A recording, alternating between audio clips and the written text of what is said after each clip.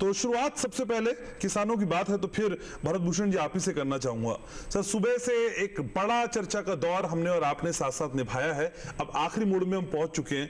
ये बजट क्या वाकई किसानों के हित को ध्यान में रखकर बनाया गया है, और क्या इस बजट को देखने के बाद और समझने के बाद हम ये कह सकते हैं कि हाँ, ये किसानों का बजट है? देखिए, बजट को यदि हम समग्रता में देखें तो दो गहरे मुद्दों पर बजट का ध्यान गया है।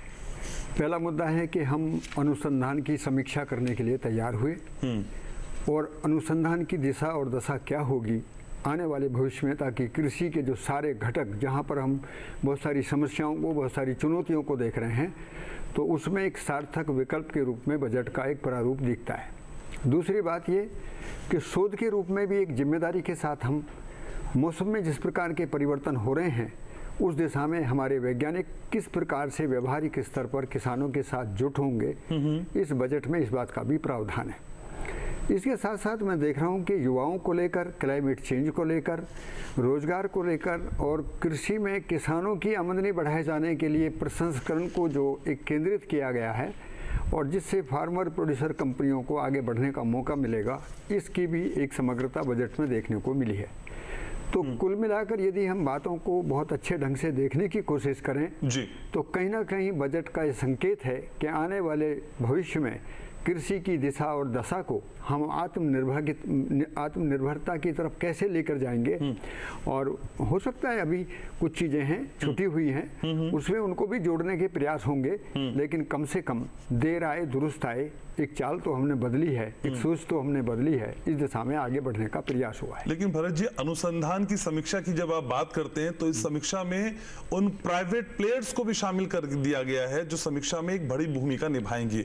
तो क्या माने जो एग्जिस्टिंग सिस्टम था वो सफिशिएंट नहीं था, पर्याप्त नहीं था, जिसके जरिए अब प्राइवेट सेक्टर के लोगों को शामिल किया जा रहा है? क्या ये ठीक कदम है? देखिए, ये पहले समीक्षा के पूरे भाव को समझने की जरूरत है। ये आपने बहुत अच्छी बात कही है। समीक्षा का मतलब है कि विगत समय में क्या अधूरा था और उसको पूरा करने का हमारा प्रयास कैसा है। तो इसको यदि सही ढंग से देखते हैं तो हमारी अब तक की सारी दृष्टि ये रही कि हमने गांव से लोगों को बाहर निकाला और हमने एक अलग तरीके से गांव की एक तस्वीर जो थी वो बहुत ही कमज़ोर होती चली गई। लीनियर इकोनॉमी के माध्यम से जो भी कुछ बाद में हम देखने को लगे तो पता लगा, सवाल दुनिया में उठा कि लीनियर इकोनॉमी की जगह हमको सर्कुलर इकोनॉमी में बदलना है। तो अब अर्थशास्त्र में व्यापार वर्ग की भी चर्चा ना हो ऐसी बात नहीं है, पर व्यापारियों को जोड़कर क्या देखना है? धरती तो सभी की साझी है।